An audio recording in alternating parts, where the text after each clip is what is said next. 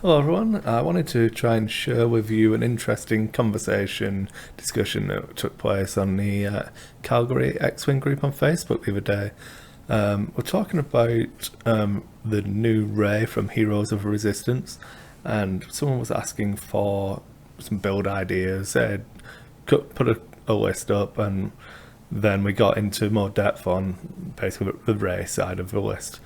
And the top list I'm going to talk about here, the top build, sorry, it was Rey with Veteran Instincts, Kanan, Finn, the Swooping Falcon title, and engine upgrade. Basically 59 points, really strong Rey build, and it was basically stated in the conversation that this was the way that you build Rey.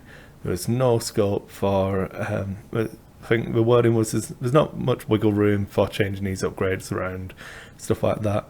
And whilst I can see the real value behind the PS10 Rey, I thought I'd just give some thoughts on different ways of looking at the game and why that might not necessarily be the build that you want to take. So, advantages of a PS10 Rey are pretty obvious, self-explanatory. One, it's the cheapest of the three builds I'm going to talk about today, coming in at only 59 points. It's an offensive powerhouse. It's still got Finn with Rey. All three builds, in fact, take the new Finn crew card, as it just synergizes so well with Rey. And that's the main crux of why you want Veteran Instincts on this build. Taking it to PS10 so you can try and control your arc and make sure that you have people in arc when you want to shoot them and are getting shot by them. So Kanan and the Swooping Falcon title go hand in hand as well. And then engine upgrade, it's a large base ship, pretty much essential now. I think we've all found that large base ships that are going to be using actions can get a lot of value out of engine. So the way this works is obviously you're going hopefully last, can see where your opponent is, see if you need to use engine, see if you want to spin round using your swoop, and that's about it really, not much more to it than that. You've got to still place your dial down at the same time as your opponent. PS10 doesn't help you in that way, but it lets you get placed on the table last and have that reactive play style with engine and the signal swoop title. So that's the argument for why PS10 is good.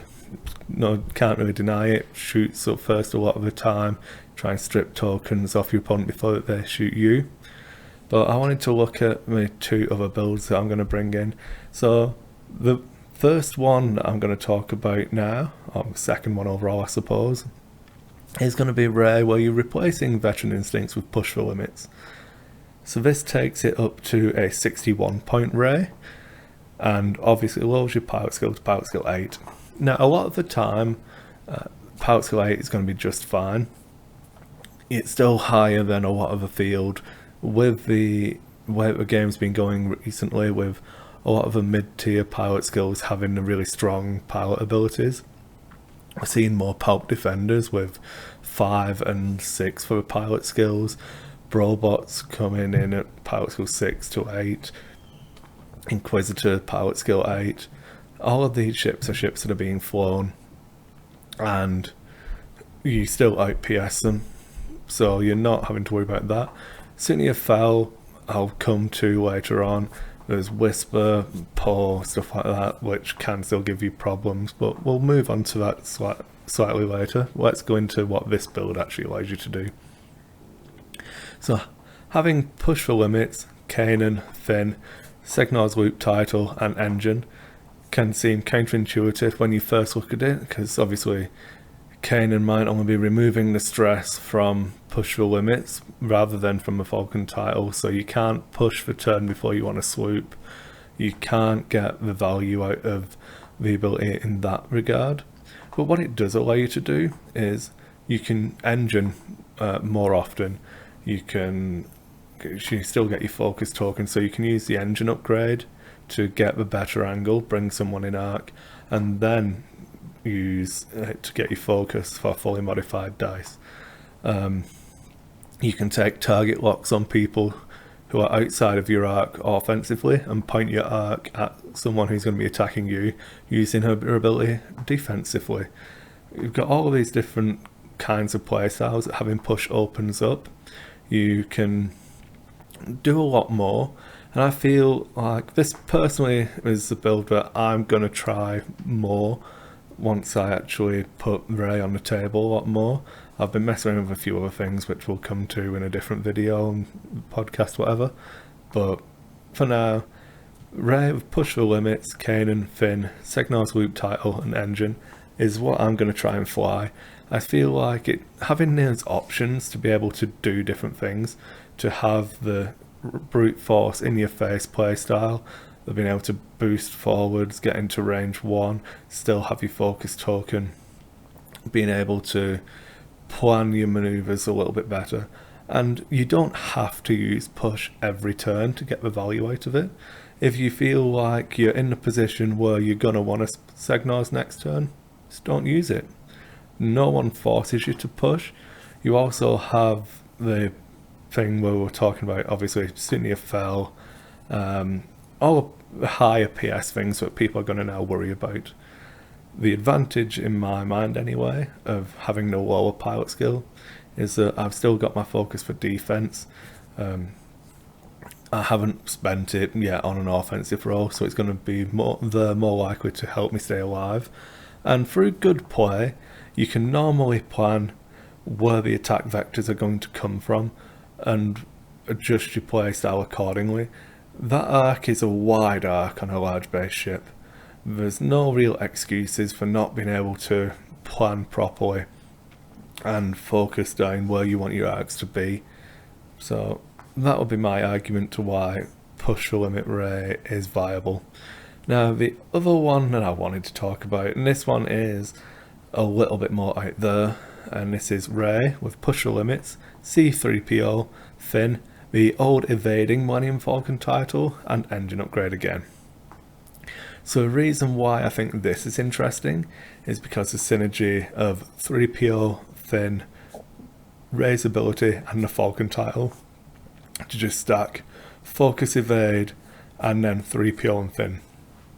It can basically, if you fly it really conservatively, you can just chain so much damage mitigation. This could be extremely annoying.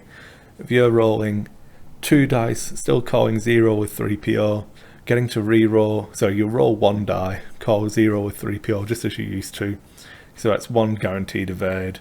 You have an extra 1 added in, which you then get to re-roll at least 1, potentially 2 die, so you have a potential to roll into 3 evades and have the evade from a Falcon title. The prevalence of 3-ship, 2-ship lists at the moment, that kind of damage mitigation can be extremely strong. Being able to shrug off that much incoming fire while still putting out your fire of your own.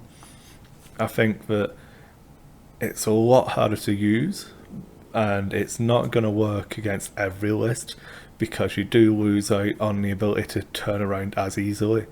You don't have Kanan for clearing your stress, so you have to fly this like you would the old school Han Solo when it was a Fat Han. If you fly this like the old Fat Han, but try and keep people in arc for the first opening 1 or 2 rounds, it's just going to be really strong. You've got to play it to see it.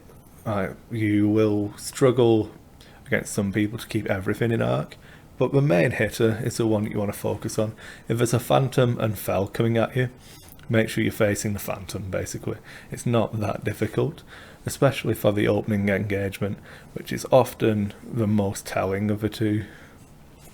But yeah, there you go. There's the Rey that is considered the right way to build her, which is Veteran Instincts, Kanan, Finn, Segnar's Loop Title and Engine for 59 points. And then hopefully I've given you something to think about and reasons why that just going VI all the time might be a bit of a crutch. But thanks for watching. Bye.